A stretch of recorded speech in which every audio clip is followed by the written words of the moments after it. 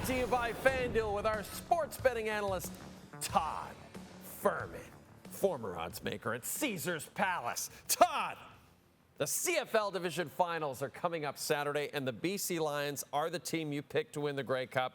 They will face the current Grey Cup favorite, the Saskatchewan Roughriders. Can Nathan Rourke and company pull off the upset and keep your pick alive?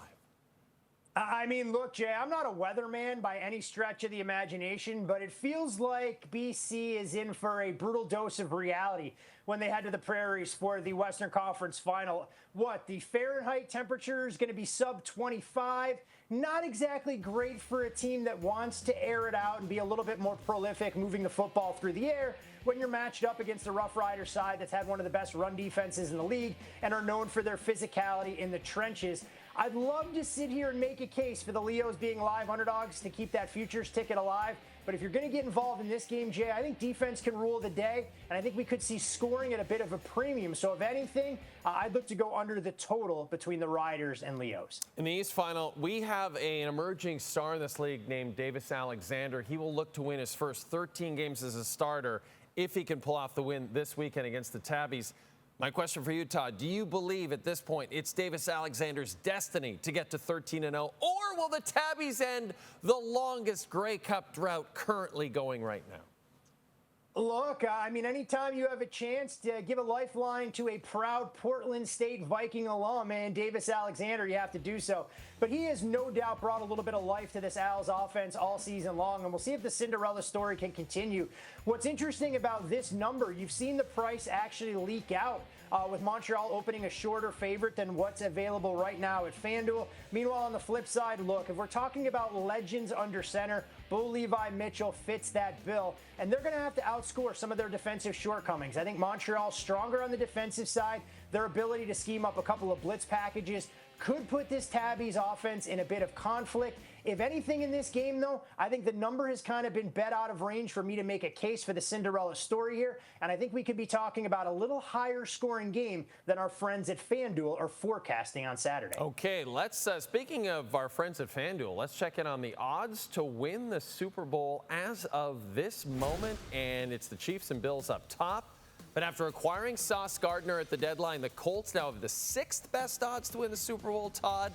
They did lose to the Steelers Sunday, but is this a team you would be looking to add to your Super Bowl portfolio?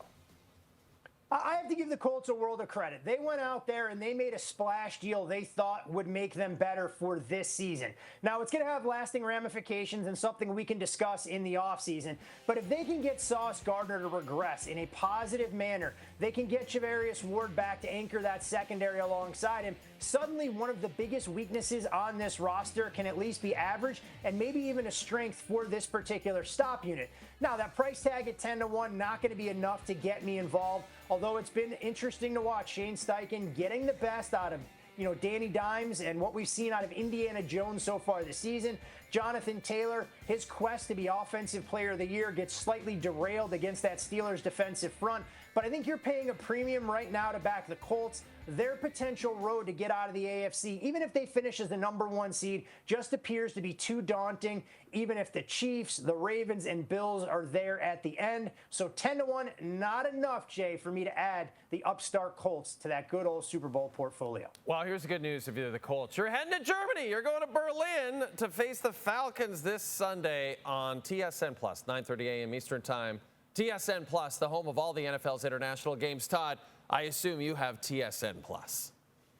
I mean, you've told me for years that we've done this segment, you were going to send me multiple illegal satellite dishes. Not a single one has arrived to my residence in the desert. So no, I do not have access to TSN Plus south of the border here. Eventually, Jay, you are going to make good on your promises. Otherwise, I'm going to feel like just another cast-off in your long history of media relationships. Yeah, I do have a lot of cast-offs in my history, but you will be with me forever, buddy. Listen, you can just complain to J.J. Watt, who was complaining about ESPN Plus this week on Twitter. You can just you two can have a little pity party together. That's Todd Fuhrman.